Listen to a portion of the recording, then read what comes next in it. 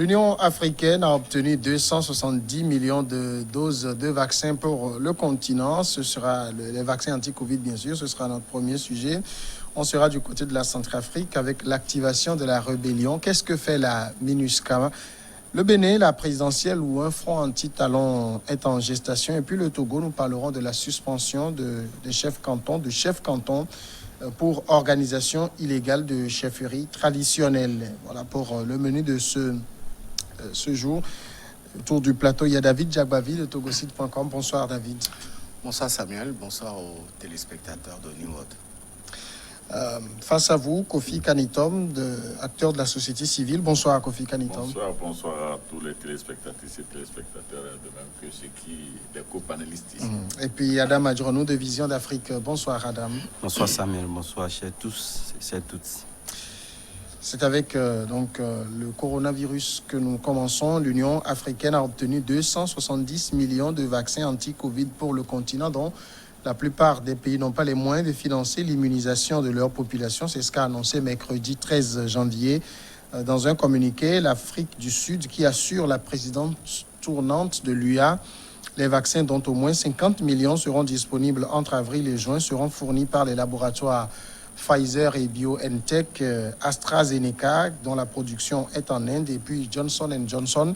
Nous avons franchi une étape supplémentaire pour obtenir des vaccins de manière indépendante en utilisant nos propres ressources limitées, a souligné le président sud-africain Cyril Ramaphosa, cité donc dans le communiqué. Kofi Kanitom, le fait que l'Afrique également va obtenir ces doses de vaccins, des vaccins qui, je le rappelle, continuent de faire débat ailleurs. Est-ce qu'il faut s'en féliciter ou plutôt s'en inquiéter? C'est un lourd débat, puisque tout est dans la tête de celui à qui la question est posée. Quand on sait que déjà dans certains pays comme le Sénégal, le Bénin, le Burkina Faso, 6 à 7 personnes sur 10 disent qu'ils diront non à chaque proposition de ce vaccin. Donc la question même se pose au Togo ici, où déjà sans avoir vu le vaccin, il y a des antipathies qui s'élèvent autour de ce vaccin.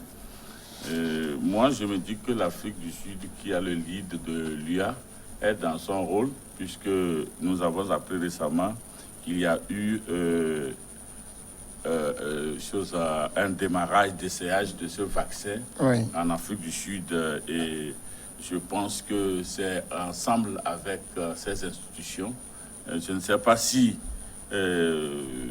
lorsqu'ils ont mis en évidence ce vaccin, ils l'ont apprécié. Et aujourd'hui, ils l'imposent à l'Afrique après avoir négocié près de 270 millions de doses. Quand nous regardons la position de cet atout face à la position d'un pays africain qui est le Madagascar, dont les autorités clament que ce vaccin n'y rentrera jamais, on se demande est-ce une aubaine ou bien est-ce un danger pour l'Afrique? Plusieurs commentaires font rage ces derniers temps sur les réseaux sociaux, même quand on sait qu'au niveau de la provenance de ces vaccins, je veux parler de l'Europe et de l'Amérique, où le mal sévit, les gens s'opposent à la vaccination. Nous ne pouvons pas nous frotter les mains en Afrique pour dire que c'est une bonne chose, mais reste à voir ce que ça va donner. Malheureusement, le mal est là, il sévit, et nous-mêmes n'avons pas la possibilité de pouvoir mettre sur pied des méthodes qui nous préviennent ou nous guérissent en cas de contamination. Nous ne pouvons que nous tourner vers ceux-là qui, depuis longtemps, nous apportaient les produits médicaux, les vaccinations, les vaccins que nous connaissons, en faisant encore foi. Mais derrière cette foi, il y a encore cette crainte. Il y a encore cette crainte. David Djagbavi, on doit se rassurer en se disant que bien tiens, l'Union africaine a un leadership, est avant-gardiste, a passé commande de 270 millions de doses. ou bien se dire non, il faut encore se donner le temps de regarder ce vaccin dans la durée avant de s'assurer de son efficacité, de son innocuité pour le commander? Donc je pense que il faut d'abord relever le côté positif de cette commande-là. C'est une bonne nouvelle, forcément, parce que elle exprime aussi réellement la volonté de l'Union africaine à participer aux côtés des autres États à la lutte contre cette pandémie sur le continent africain. Et donc, si l'institution africaine a passé des commandes, c'est parce qu'elle s'est rendue compte que l'Afrique est limitée dans la production de ces vaccins qui apporteraient des solutions dans la lutte contre cette pandémie-là. Maintenant, est-ce que cela suffit pour se frotter les mains? Je crois qu'il faut aussi aller au-delà et se poser beaucoup de questions sur cet aspect de la chose. Aujourd'hui, je crois que les laboratoires africains ont les compétences nécessaires pour aussi trouver des remèdes qui peuvent être utilisés contre ce virus-là. Malheureusement, l'appui et le soutien nécessaire dont ils avaient besoin de la part de certains États n'étaient pas au rendez-vous. Et donc aujourd'hui, beaucoup estiment que l'Afrique n'a pas les moyens de produire ces vaccins pour les mettre sur le marché africain. Alors, est-ce qu'il faut attendre de voir ce que ça donnera? Bon, moi, j'estime, avec le constat qui est fait aujourd'hui, le virus continue toujours de faire des ravages. On nous parle d'un nouveau confinement en Europe parce que les statistiques sont quand même assez inquiétantes quand on vous donne les chiffres des taux de contamination, des taux de décès dans certains pays européens. Je crois que il ne faut pas aussi s'attendre à voir les réactions ou les effets que ce vaccin aura sur les malades. Il faut aller à une sorte de sensibilisation. C'est en cela je suis d'accord avec mon prédécesseur quand il dit qu'il y a encore des réserves. C'est vrai que sur la base de certains vaccins qui ont été envoyés en Afrique et qui devraient être utilisés pour guérir, pour soigner des maux, on a vu ce que ça a donné. Donc aujourd'hui, quand on entend parler d'importation de vaccins de l'extérieur pour les utiliser sur des Africains, il y a quand même cette petite réserve-là que l'on constate parce que de par le passé, il y a eu des souvenirs, il y a eu des cas au Nigeria, il y a eu des cas même en Libye et dans d'autres pays africains où on a vu des vaccins qui ont été utilisés pour d'autres fins. Et donc aujourd'hui, il urge quand même d'avoir les garanties nécessaires de la part de ces laboratoires pour s'assurer que ces vaccins auront des effets positifs dans la lutte contre le Covid, sur les Africains en tout cas, et que ces vaccins pourront être utilisés à bon escient pour permettre ou pour participer aussi à limiter la propagation de ce virus qui aujourd'hui, comme je l'ai dit tout à l'heure, n'arrête pas de toucher des couches dans certains pays européens.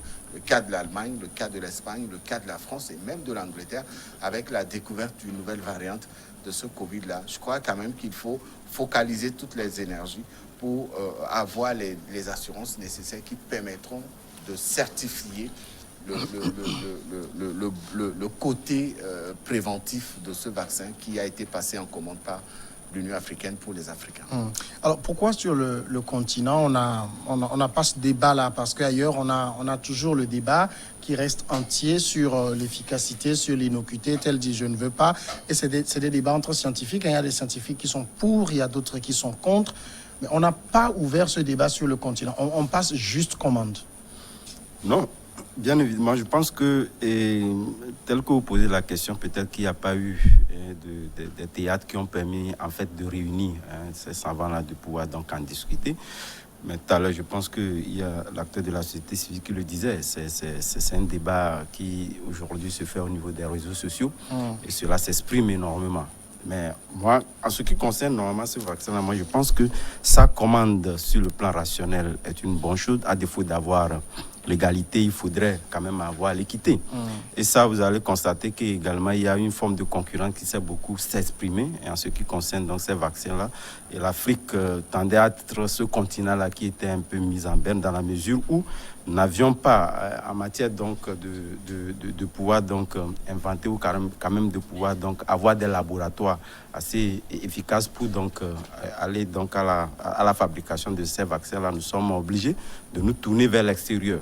Donc c'est en ce sens que l'OMS avait lancé donc l'alerte en disant qu'il faudrait qu'il y ait une forme d'équité qui puisse être respectée, que chaque pays puisse donc avoir, ou du moins étant donné que c'est l'Union africaine qui a donc porté le projet et a eu quand même à pouvoir avoir ces 270 millions de vaccins. Je pense que c'est une forme d'équité, ou du moins l'OMS a été donc écouté.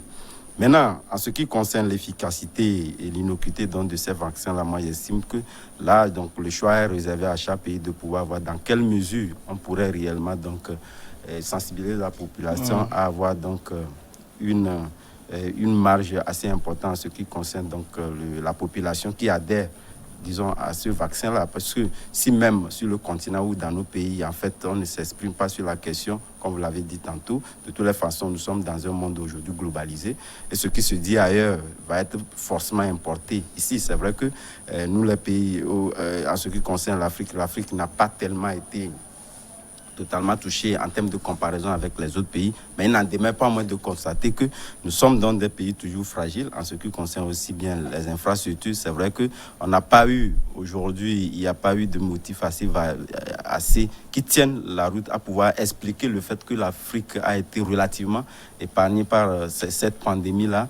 Mais je pense que cette question, puisque ça ressuscite d'autres encore inquiétudes en ce qui concerne, lorsque nous jetons un peu un regard dans le rétroviseur en ce qui concerne un certain nombre de vaccins qui avaient été donc transportés au niveau du continent, il y a des raisons évidentes de pouvoir donc craindre le fait que ces vaccins-là, est-ce qu'on aura les mêmes vaccins de même efficacité, etc. Le débat se pose. Et là, c'est là où moi je me dis aujourd'hui, à partir du moment où l'Union africaine l'a commandé, et pour nos pays, il faudrait réellement que le débat soit un débat public pour amener réellement donc ces acteurs-là qui sont au premier plan de ces vaccins-là, de pouvoir donc confronter les idées pour rassurer la population en ce qui concerne donc l'efficacité et l'innocuité de ces vaccins-là, pour avoir donc une marge assez importante de la population qui adhère donc à la prise de ces vaccins-là. Mais une question reste tout de même entière. Est-ce que l'Afrique a besoin de vaccins?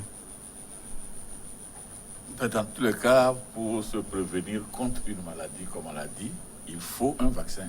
Et comme ici, c'est une pandémie qui est en train de sévir, et jusque-là, nous n'avons pas de moyens pour prouver que la pandémie n'est pas arrivée d'ici.